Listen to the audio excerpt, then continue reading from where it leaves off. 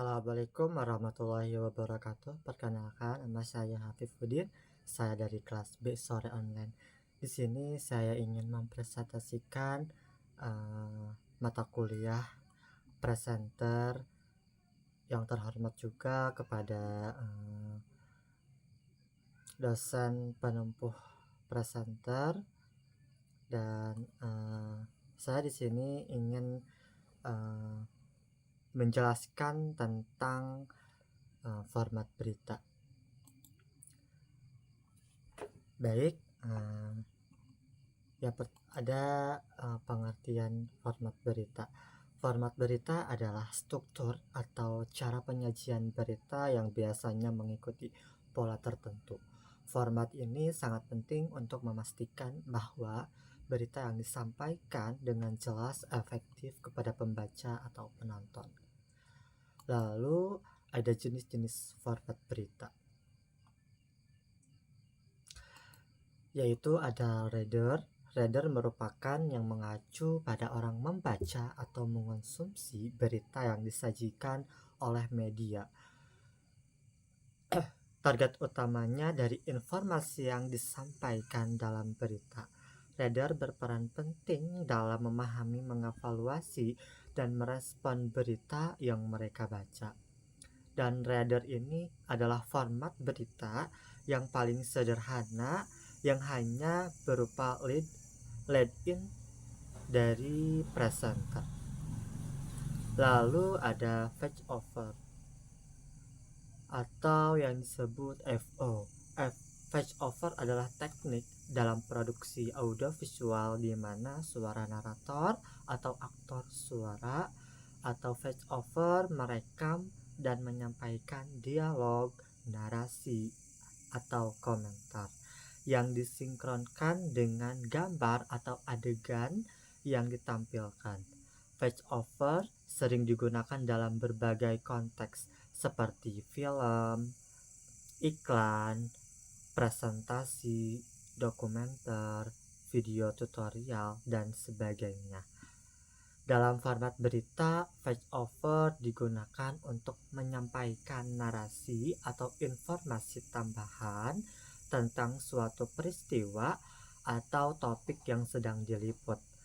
Narator atau aktor suara akan merekam suara mereka yang kemudian disinkronkan dengan gambar, video, atau grafik yang ditampilkan dalam berita. Lalu ada fetch over grafik. Dalam konteks format berita, fetch over grafik mengacu pada penggunaan suara narator atau aktor suara dalam menjelaskan atau menggambarkan informasi yang terkait dengan grafik atau diagram yang ditampilkan dalam berita. Fetch over grafik dalam format berita digunakan untuk membantu menonton, memahami, dan menginterpretasikan data yang terkandung dalam grafik yang disajikan. FO grafik adalah format berita TV yang lead-in dan tubuh beritanya dibacakan oleh presenter seluruhnya. Namun, ketika presenter membaca tubuh berita, tidak ada gambar yang menyertainya kecuali hanya grafik atau tulisan. Hal ini mungkin terpaksa dilakukan karena peristiwa yang diliput sedang berlangsung dan redaksi belum menerima kiriman gambar peliputan yang bisa ditayangkan. Lalu ada sound on tape atau SOT dan fetch over sound on tape atau SOT. Dalam konteks format berita, sound on tape mengacu pada segmen audio yang direkam sebelumnya dan dimasukkan ke dalam liputan berita. Sound on tape biasanya berisi pernyataan atau wawancara dari narasumber yang terkait dengan topik yang sedang diliput. Lalu ada FOSOT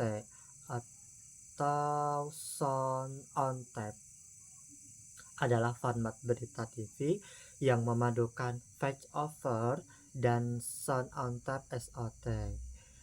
Lead in dan isi tubuh berita dibacakan presenter, lalu di akhir berita dimunculkan soundbite dari narasumber sebagai pelengkap dari berita yang telah dibacakan sebelumnya.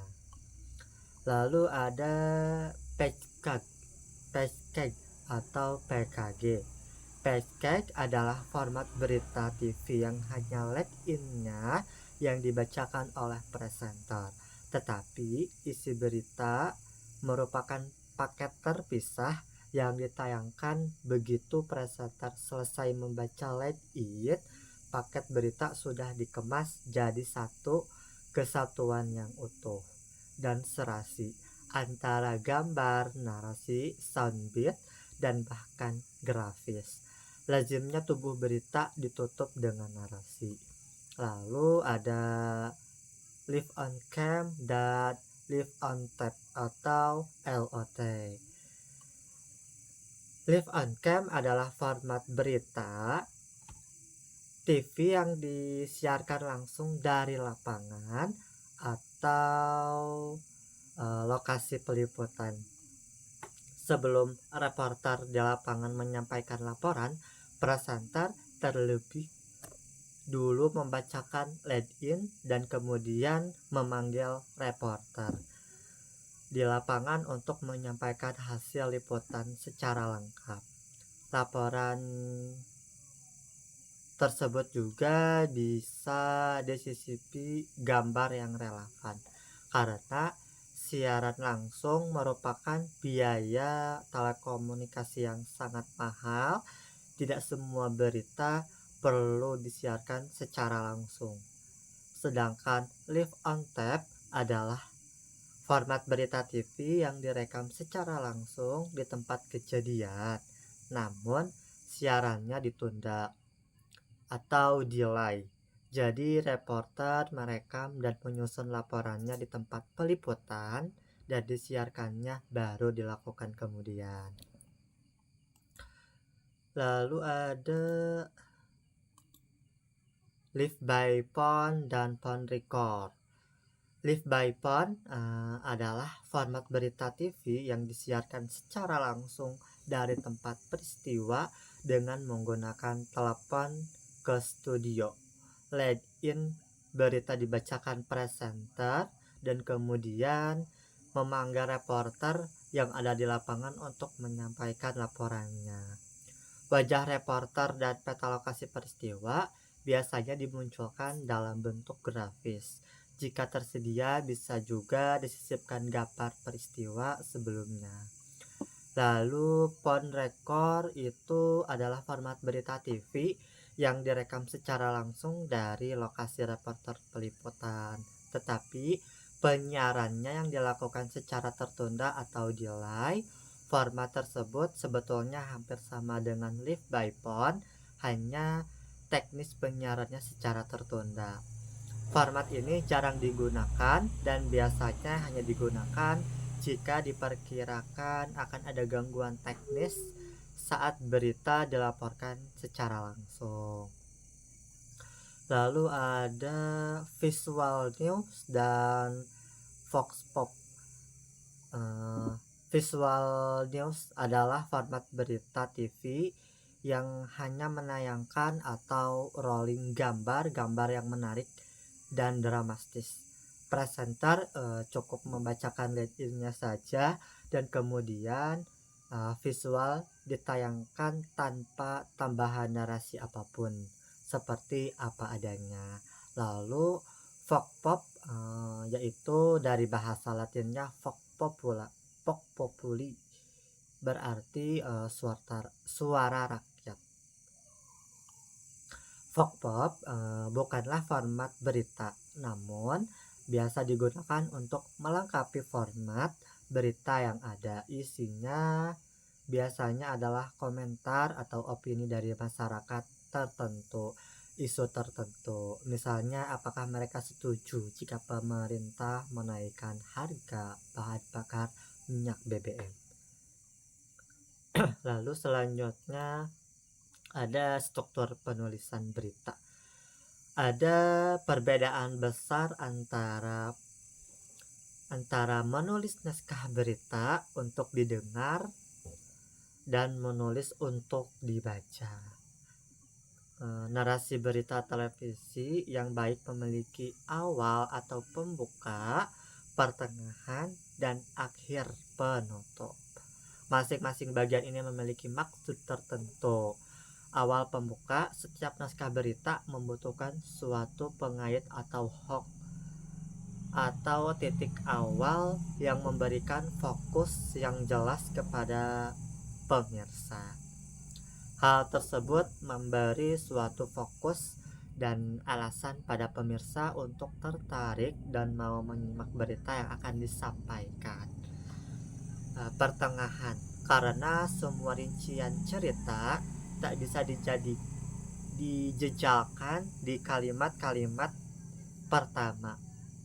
Cerita dikembangkan di bagian pertengahan naskah. Bagian tengah ini memberikan rincian dari lead dan menjawab hal-hal yang ingin diketahui oleh pemirsa. Untuk memudahkan pemirsa dalam menangkap isi berita. Lalu sebaiknya kita membatasi diri dari 2 atau 3 hal penting saja di bagian tengah ini. Lalu akhir atau penutup, jangan akhiri naskah berita tanpa kesimpulan. Rangkumlah dengan mengulang butir terpenting dari berita tersebut. Manfaatnya bagi pembaca atau pendengar atau perkembangan peristiwa yang diharapkan itu akan terjadi. Lalu ada 5 rumus untuk penulisan berita di media TV. Yang pertama itu ada konversasional, lalu ada clear, lalu ada concise, lalu ada compelling, lalu ada fair, lalu ada ini apa? Free ya, free. Lalu ada aturan-aturan dasar. Jadi dalam penulisan berita itu ada aturan-aturan dasarnya. Yang pertama itu ada angka. Angka juga itu harus harus nggak sembarangan gitu ya. Lalu ada singkatan dan akronim. Lalu ada punctation, itu punctationnya juga harus sesuai. Lalu ada nama, terus ada spelling, lalu ada grammar atau tata bahasa, itu juga harus sesuai. Tata bahasanya juga harus pas, nggak boleh dilebihkan atau dikurangi. Lalu ada lead yang menjual. Lalu ada hal-hal teknis dalam revisi yang harus diperhitungkan juga. Lalu ada metode triangulasi. Lalu selanjutnya ada hal-hal yang harus diperhatikan dalam format berita itu, yaitu yang pertama ada televisi itu sifatnya sekilas atau pesan cepat terlupakan. Konsekuensinya itu harus membuat kata atau kalimat yang mudah diingat. Lalu ada pesan televisi disajikan dalam bentuk audiovisual atau suara dan gambar, no picture no news. Konsekuensinya itu jangan memberikan penjelasan terhadap gambar. Lalu ada gambar dalam televisi sangat terbatas. Konsekuensinya itu kamera harus merekam apa yang ingin diketahui pemirsa. Jadi tuh si reporternya itu harus lebih tahu dari yang si lihat si pembaca atau yang melihat berita. Lalu ada televisi lebih mengutamakan gambar visual. Ada konsekuensinya juga ya. Konsekuensinya itu mendahulukan ada gambarnya ketimbang artistik gambar. Jadi yang didahuluin itu gambar gitu ya. Jadi kalau misalnya gambar itu tuh kita sudah tahu nih gambar itu tuh apa nih gitu ya maksudnya. Lalu ada lebih tertarik pada gambar daripada kata-kata. Betul sekali, dari setiap berita itu banyak sekali kan kita lihat bahwa dari rekaman atau gambar dari sebuah berita itu kita sudah tahu artinya apa. Lalu ada alur perjalanan berita sebelum ditayangkan. Sekembalinya dari lapangan, reporter itu harus segera melapor kepada produser mengenai berita yang baru saja diliput. Jika produser setuju berita itu dibuat menjadi berita atau berita paket, maka reporter langsung membuat intro berita. Setelah intro selesai, reporter melakukan review dan logging atau mencatat gambar-gambar yang akan dipakai dan memilih skin. Selanjutnya reporter menulis naskah berita atau narasi untuk FO, disesuaikan dengan gambar dan skin yang dipilih reporter.